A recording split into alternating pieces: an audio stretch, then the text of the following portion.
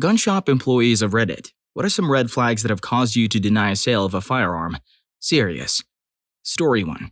I was living in Alaska for a year and picked up a part-time job in the winter as a gun counter clerk at a national sporting goods chain. One slow evening, a kid comes in. By kid, I'm talking college-aged, and starts staring into the pistol case. I ask him if he wants to see one and that I need his ID to verify his age, etc. All's going well. It's obvious he's new to guns. I ask him what his intended purpose and use was in order to find what might suit his needs. He says he wants a cowboy-style gun and all he wants to do is to go shooting to let off steam. And his mom teases him for always being on the computer and growing up a wuss. The more I talked to him, the more I realized he was just a closet weeaboo. My brother is a full-on weeaboo, so I told the kid about how they had a big group of friends who met once a year during Anime Expo or Comic-Con. Kid was straight up starry-eyed. Told me he wishes he knew people like that if he had friends like that, he wouldn't have bipolar issues. In the end, I told the kid not to buy a gun, save up his money, and get the f*** out of Alaska. I swear, I've not had a happier customer. Dude didn't even buy anything. I really felt for him too because my own dad was like that to my brother. One time my brother asked if he could use my backpack for school because Pops was chastising him for using his Idolmaster messenger bag to carry his books in.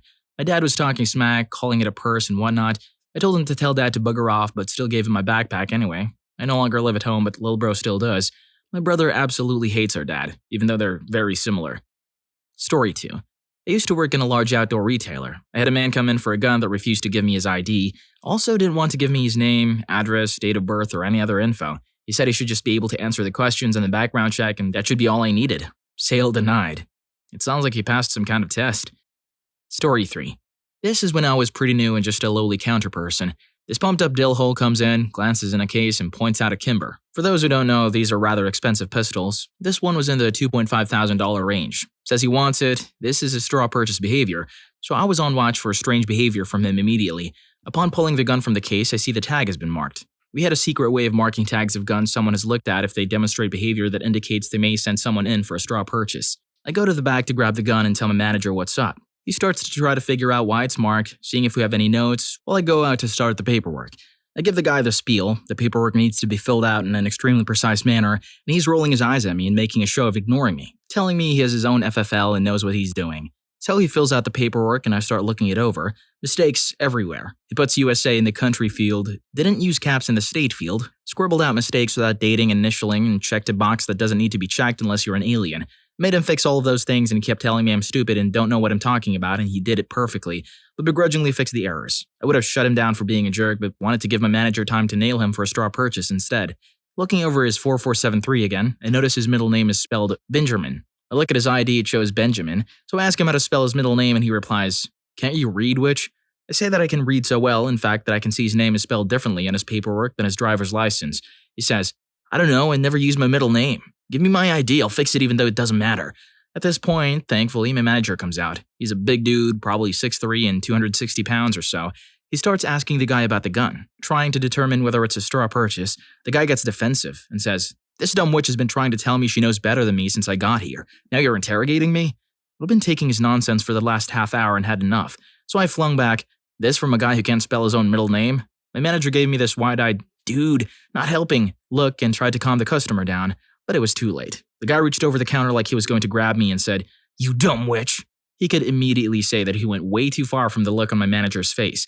He stopped, turned, and walked out. Manager followed him out the front door and stared him down until he drove out of the parking lot. He's lucky he didn't end up staring down the barrel of a gun. Who in their right mind threatens a person who works at a gun store? Story 4. We get lots of people who use us for transfers. They buy online and then the gun comes to us and we handle the background check. One guy had done a transfer with us previously, and I got a bad feeling about him. Nothing concrete, he just bugged me. A few weeks later, he called again for another transfer. The gun was coming from Alaska, so I told him it was going to take a bit longer than usual, and I'd call him as soon as it arrived. The next day, he called wanting to know if I had a tracking number yet. I didn't. The Alaska FFL only did business by mail. How the hell a letter was supposed to get to Alaska overnight, I know not. Again, I told him to be patient. Fast forward a week and he calls me 3 times. He let slip that the dealer in Alaska won't talk to him and he needs me to be the go-between. That's a red flag. Sellers normally communicate with buyers. He was acting really sketchy and impatient, so I decided to deny the sale. So I called the dealer because this was getting sketchy. The dealer told me he canceled the sale.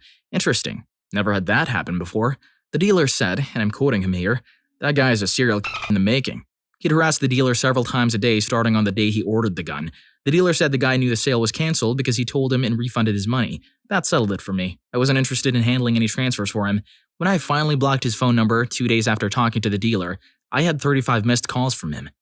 Hey, also, if you didn't know yet, me and a couple of my friends just launched Rufus rugs. Premium, custom, hand-tufted rugs. Maybe you're just a fan of Naruto and want to show it off. Or maybe you just love Pokemon and want buzz toys on display for everyone.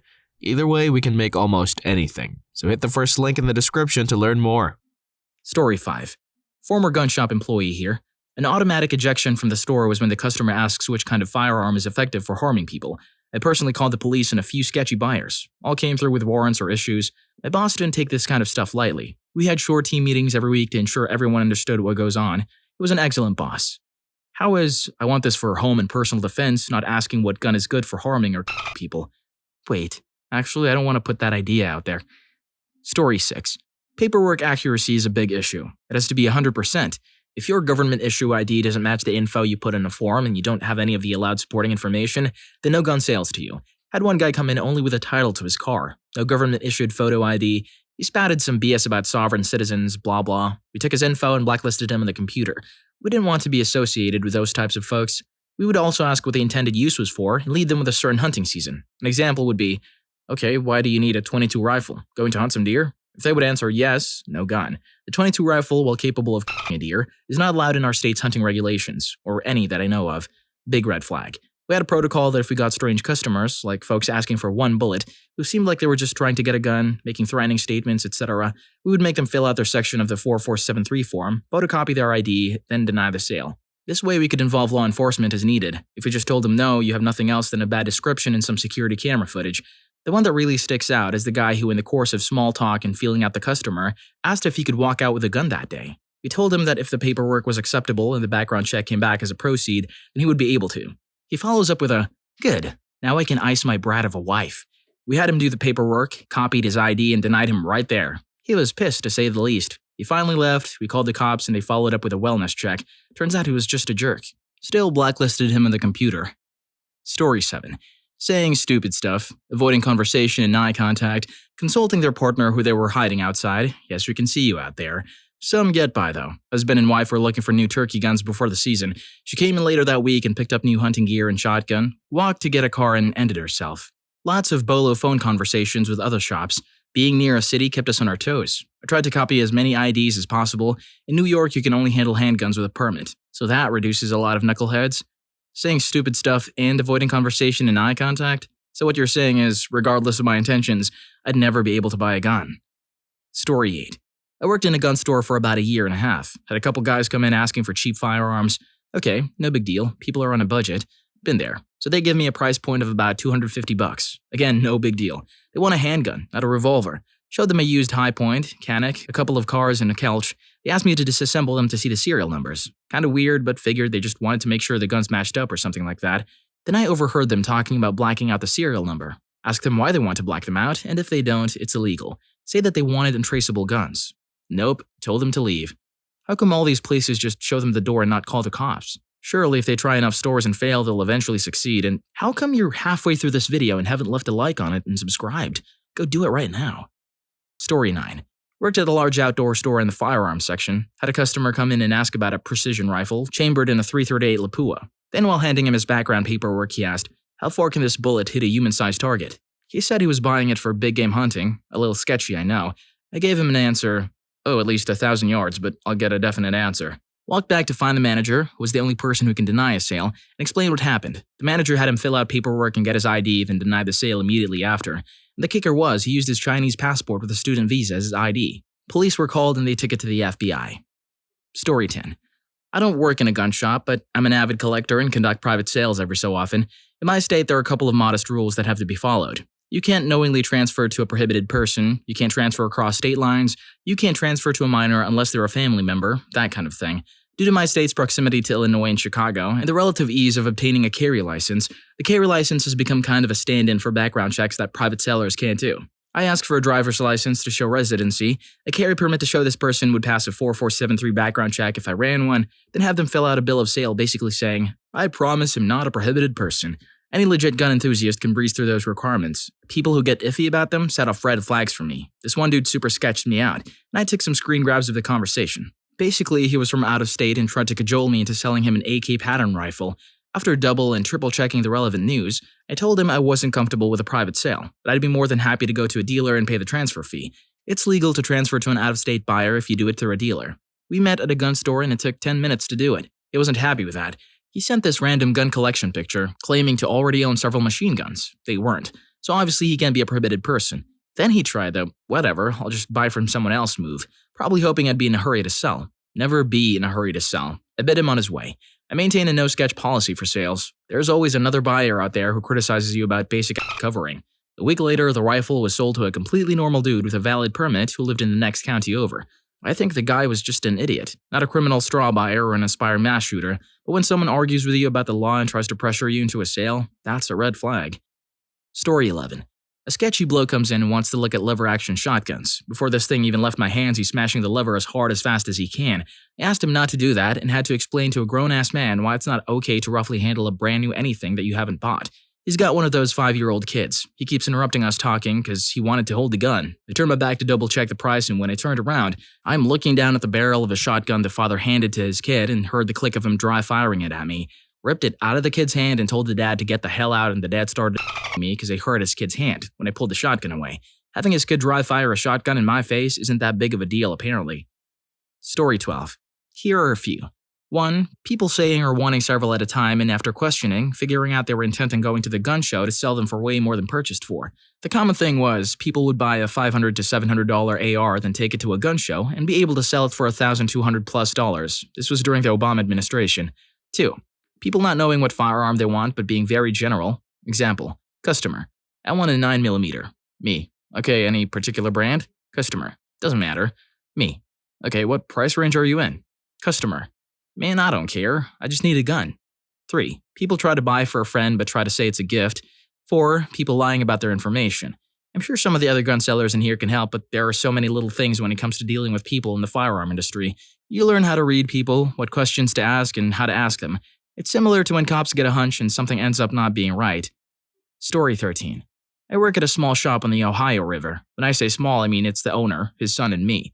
That being said, we sell a lot of firearms because we have a decent selection and the absolute best prices available to any customer.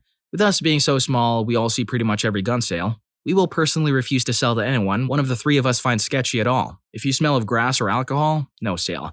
If we know you from our small town somehow and you've got a violent reputation, no sale. The most common red flag I see is children coming in with an older friend to buy the gun for them. If you look remotely close to being under 21 at all, we ask for your ID if you're with someone attempting to purchase a firearm. We see 16 and 17-year-old kids come in with friends who are 21 to 24-ish that try to buy the gun for their younger friend. No sale that day for either of them. I don't care if a 24-year-old comes back alone, no sale. If the younger friend turns 18, no sale. Sorry, bud, but if you feel it's not worth the risk, no screaming or crying or, "But my daddy lets me," is going to change your minds. I guess having a small town is better than doing actual background checks. Like, instead of checking their IDs, you just go, "Yeah, that guy has my vouch, give him a gun." Story 14. My favorite was Dean. I live and work in Washington State. We could still sell long guns to residents of a few other states, including Alaska. This guy comes in and strikes up a convo with a weird, smelly counter guy, fondly referred to as Dougie Fresh Breath, a resident cowboy action weirdo. They bond over extremely exaggerated or outright bogus tales of times I blasted a grizzly bear, and Dougie Fresh Breath starts paperwork. I was the manager and already keeping an eye on the sale because the customer basically asked, "What is a good gun for hunting?" without offering any specifics like what or where he's hunting. Dougie handed him a rifle and the guy basically looked it up and down and said he'd take it. They didn't ask any questions, shoulder it, or work the bolt at all. Classic straw purchase behavior. The guy fills out his paperwork and at this point, I'm already sure I'm going to shut the sale down. But I proceed with the paperwork and check so we have him on file. Dougie calls me over after 4473 is complete and goes, "Banger? What do I call this in?" When I ask what he means, he points out that the guy only has one name, Dean. I look at his ID and sure enough, it only has one name on it. I ask if it's his first name or last name and he says yes. I ask if his name was Dean and he said no, only one Dean. I explained that legally every person in the US has both a first and last name, and he said not in Alaska. After trying to explain, futilely, that Alaska is actually part of the US, I gave in and told Dougie to call it in. He went in the back to make the call, then called me back because it didn't work. I took over and hilarity ensued. Anyone who has ever called in ICS can tell you that they aren't allowed to break their script. You can predict what words come out of their mouth in what order for the entirety of the call. So when you violate the sacred rhythm of the call, things get uncomfortable.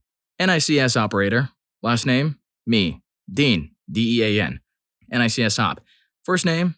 Me. No first name. Her. First name? Me. He doesn't have a first name. Her. What? That isn't a thing. He needs a first name. Me. I told him that, but he insisted it's his full legal name. Her. No, it isn't. He needs a first name. Me. Yeah, I thought so. Please cancel the check. I'm going to shut this down. I went back out front and Dean was gone. He just left. I was livid at Dougie. Our policy was to take the customer's ID to the bag when we called in, and he hadn't, so I wasn't able to give it to the cops when he left. Anyway, that's the story of Dean with a fake ID. At least his name wasn't McLovin.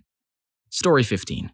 Guy came in looking pretty ill. His face was bright red and he was sweating profusely while struggling to breathe. One of my employees was convinced he might be having a heart attack, so he asked if he was okay. This guy went ballistic and cussed him out for bothering him. One of the many insane things he yelled was, "What? You got something against red people?" My employee backed off and let us know that he was unhinged. He walked over to the gun counter and asked to see a revolver. He immediately pointed it at my formerly concerned employee and said, "I wonder if this would be good enough to put an end to that nosy son of a gun."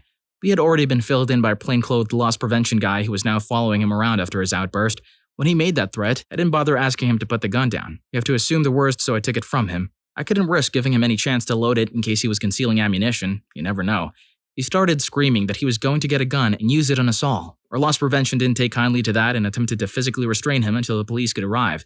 It took 4 of us to hold that big guy down. Needless to say, he was arrested for terroristic threats and assault. I don't really get why someone would hand this person a gun after he started yelling and cursing and going ballistic on your employee. I feel like that's on them. I hope you enjoyed the video, and if you made it this far, I'm sure you'll also enjoy what are some less obvious red flags about men. Story 1 was messed up. See you in that video.